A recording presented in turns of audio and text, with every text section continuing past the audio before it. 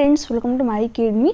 Friends, आप में से मुझे कई सारे स्टूडेंट के कमेंट आए हुए थे कि जो नेक्स्ट सीटेट का नोटिफिकेशन है आखिर ये कब तक देखने को मिलेगा, साथ ही साथ जो फॉर्म फिलअप की प्रक्रिया ये कब से यहाँ पर स्टार्ट होने वाली है, हमारे एग्जाम डेट क्या होने वाली है, इन सभी पॉइंटों पर एक एक करके बात करने वाले हैं।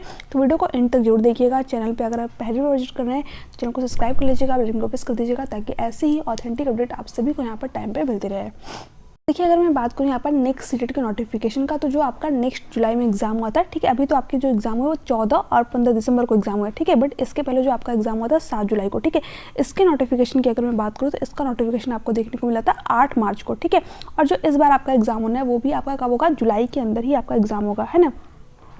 तो जो नोटिफिकेशन आपको देखने को मिलेगा ये मान के चलिए आपकी मार्च के फर्स्ट वीक में आपको अपना नोटिफिकेशन देखने को मिल जाएगा, ठीक है। तो मैं किस बेस पे यहाँ पर बोल रही हूँ कि मार्च के फर्स्ट वीक में नोटिफिकेशन आपको देखने को मिला, ये भी मैंने आप लोगों को यहाँ पर बता दिया, ठीक है। हालांकि मैंने कई जगहों से और भी पता किया हुआ, जो आपका नोटिफिकेशन है ये आपको मार्च के फर्स्ट वीक में यहाँ पर देखने को मिल जाएगा। इससे ज़्यादा आपका डिले नहीं होने वाला है। अगर मैं एग्ज़ाम डेट की बात करूँ तो एग्ज़ाम डेट आपका सेम ही रहने वाला है, ठीक है। सेम कहने का मतलब क्या है, जैसे कि आप सभी को बताया कि जो आपका सीटेट का एग्ज़ाम होता है ये 2 बार साल में कंडक्ट कराता है। एक तो आपका होता है दिसंबर में, ठीक है, और दूसरा कब होता है, आपका एग्जाम होता है जुलाई में, ठीक है। जो आपका एग्जाम है वो जुलाई में ही होने वाला है, ठीक है। अब देखिए जुलाई में भी किस डेट को होने वाला है ना। अगर मैं ये भी आपको यहाँ पर बताऊँ तो देखिए जो आपका एग्जाम होता है वो संडे के दिन होता है, ठीक है। तो अगर आप देखेंगे तो जुलाई में एक 6 को आपका संडे पड़ा और एक जो है 13 को, ठीक है। तो यहाँ पर जो आपका एग्ज़ाम है, जो ज़्यादातर पॉसिबिलिटीज़ बन रही है कि जो आपका एग्ज़ाम वो 6 जुलाई को ही होगा, क्योंकि यहाँ पर देखिए पहले ही ऑलरेडी आपको एक्स्ट्रा टाइम मिल रहा है, जैसे कि मार्च हो गया, अप्रैल, मई, जून, ठीक है। उसके बाद में आपका जुलाई, तो 3 से 4 महीने आपको खुद ही यहाँ पर टाइम मिल रहे हैं, है ना। तो बहुत ज़्यादा डिले लोग करते नहीं हैं, अपना जो है एग्ज़ाम टाइम से ही कंडक्ट करा लेते हैं। तो अगर बीच में कोई अदर एग्ज़ाम नहीं रहता है, ठीक है, तो जो आपकी एग्ज़ाम डेट होने वाली है वो यहाँ पर 6 जुलाई ही होने वाली है। हाँ, अगर थोड़ी बहुत चीज़ें एक्सचेंज हुई, जैसे कि मान लीजिए 6 जुलाई को कोई अदर एग्ज़ाम है, तो हो सकता है कि आपका जो एग्ज़ाम है वो यहाँ पर 13 जुलाई को कंडक्ट कराया जाए, ठीक है। और इस बार जो आपका दिसंबर में एग्ज़ाम हुआ था इसमें तो आपको 2 डेट यहाँ पर बताई गई थी क्योंकि स्टूडेंट ज़्यादा थे, ठीक है। हो सकता है कि इस बार भी आपके स्टूडेंट ज़्यादा फॉर्म फिलअप करें, तो यहाँ पर जो आपको डेट है वो 6, 7 या फिर 5, 6 इस तरीके से बताई जा सकती है, ठीक है, या फिर 13, 14, है ना। तो 2 डेट या फिर हो सकता है कि एक ही डेट को आपको यहाँ पर एग्ज़ाम देखने को मिल जाए। तो ये तो नोटिफिकेशन आएगा तभी सारी चीज़ें क्लियर हो पाएंगी, है ना। और देखिए जो आपका फॉर्म फिलअप है, जैसे कि अगली बार जो आपको नोटिफिकेशन आया था वो आपका 8 मार्च को देखने को मिला था, ठीक है। तो इस बार भी आप मान के चलिए कि उसी के आसपास आपको अपना नोटिफिकेशन देखने को मिल जाएगा, ठीक है। और यहाँ पर जो आपका फॉर्म फिलअप होता है वो लगभग 1 महीने तक होता है, यानी कि अगर मैं बात करूँ तो जो नेक्स्ट टाइम आपका फॉर्म फिलअप हुआ था वो लगभग अप्रैल तक हुआ था, ठीक है। तो इस बार भी जो आपका फॉर्म फिलअप होना है वो अप्रैल तक यहाँ पर फॉर्म फिलअप होंगे आपके, ठीक है। और देखिए ये मत सोचिएगा कि जो है जैसे ही आपका नोटिफिकेशन आया था उसके बाद में हम लोग यहाँ पर तैयारी शुरू करेंगे, ठीक है।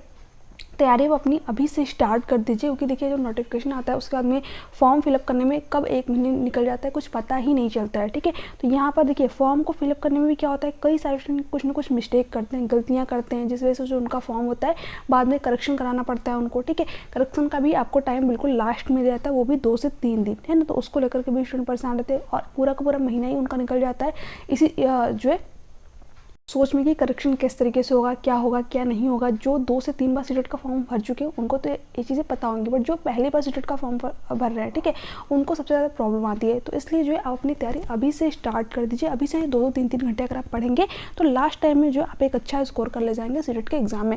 जैसे कि बहुत सारे स्टूडेंट के कमेंट आए हुए थे कि हमें जो है साइंस में सबसे ज़्यादा कम नंबर आते हैं, क्योंकि साइंस देखिए कहीं पर भी आपको सही तरीके से नहीं बताई जाती है ना। तो साइंस के स्कोर को लेकर के कई सारे स्टूडेंट के डाउट थे, तो इसलिए मैंने आप सभी के डिमांड पर ही जो आपकी 6 to 8 तक की एनसीईआरटी सीरीज़ थी, ठीक है, उसको मैंने आपको यहाँ पर स्टार्ट कर दिया था, इसमें कि आपकी 5 से 6 क्लासेस लगभग हो भी चुकी हैं, ठीक है। अभी बीच में कुछ क्लासेस आपकी नहीं हो पा रही हैं, उसके लिए जो है परेशान ना होइएगा, आपकी क्लासेस जल्दी यहाँ पर स्टार्ट हो जाएंगी। बिल्कुल, मैंने अगर कोई चीज़ शुरू की है तो उसको मैं ख़त्म जरूर कराऊंगी, ठीक है।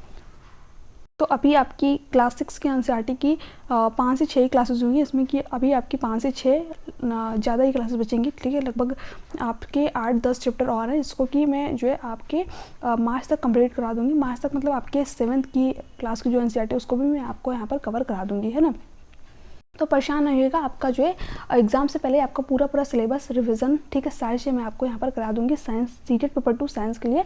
इसके अलावा जो सीडीपी है उसकी तो क्लासेस आप लोगों की चल रही है, बीच में 1-2 क्लासेस आपकी यहाँ पर रुकी हुई है, ठीक है, बट जो सीडीपी की क्लासेस है ऑलरेडी आपकी 8 से 10 क्लासेस हो चुकी हैं। हाँ, जो थ्योरी वाला क्लासेस है उसको मैं जल्दी यहाँ पर स्टार्ट कर दूँगी। थ्योरी कंप्लीट करने में आपका ज़्यादा टाइम नहीं लगेगा, ठीक है, उसको मैं बिल्कुल बेसिक से सारी चीज़ें कॉन्सेप्ट क्लियर करते हुए आपके यहाँ पर थ्योरी को भी डिस्कस कर दूंगी। बाकी हिंदी पेडागोजी हो गया, आपका मैथ पेडागोजी हो गया, ठीक है, और इंग्लिश पेडागोजी हो गया, तो इन सभी चीज़ों की जो पेडागोजी वाली क्लासेस है आपकी वो आपको यहाँ पर डेली प्रोवाइड कर दी जाएंगी, ठीक है, साथ साथ प्रीवियस ईयर क्वेश्चन भी।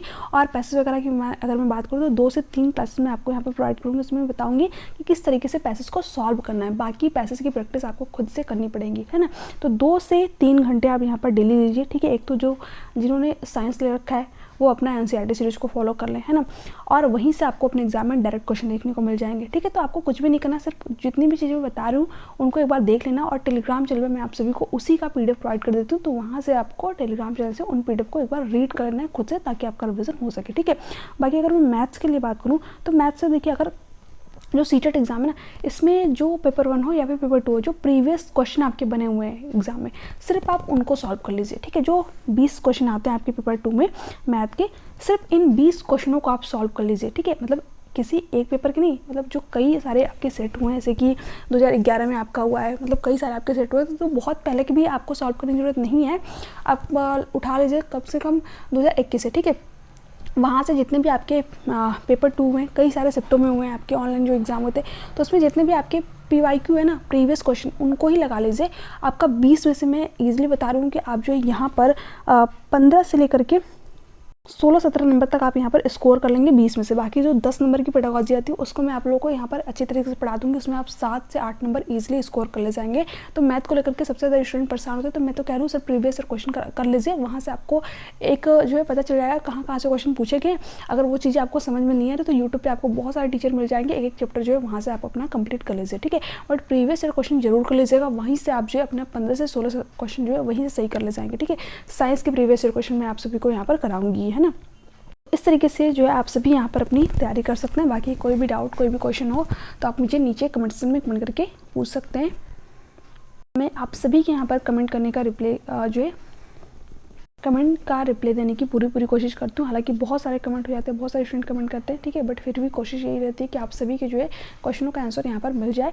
तो यहाँ पर जितने भी स्टूडेंट डाउट वाले हैं, है ना, कि पहली बार एग्जाम देने जा रहे हैं, किस तरीके से तैयारी करें, है ना, या फिर कुछ भी चीज़ें समझ में नहीं आ रहा है, तो आप मुझे इस नंबर पर मैसेज करके भी पूछ सकते हैं 7706974820, ठीक है। कॉल मत कीजिएगा, ठीक है, सिर्फ मैसेज जो है व्हाट्सएप पे करके आप पूछ सकते हैं जो भी आपको कोई डाउट या फिर कोई भी दिक्कत हो अपने एग्ज़ाम से रिलेटेड, ठीक है।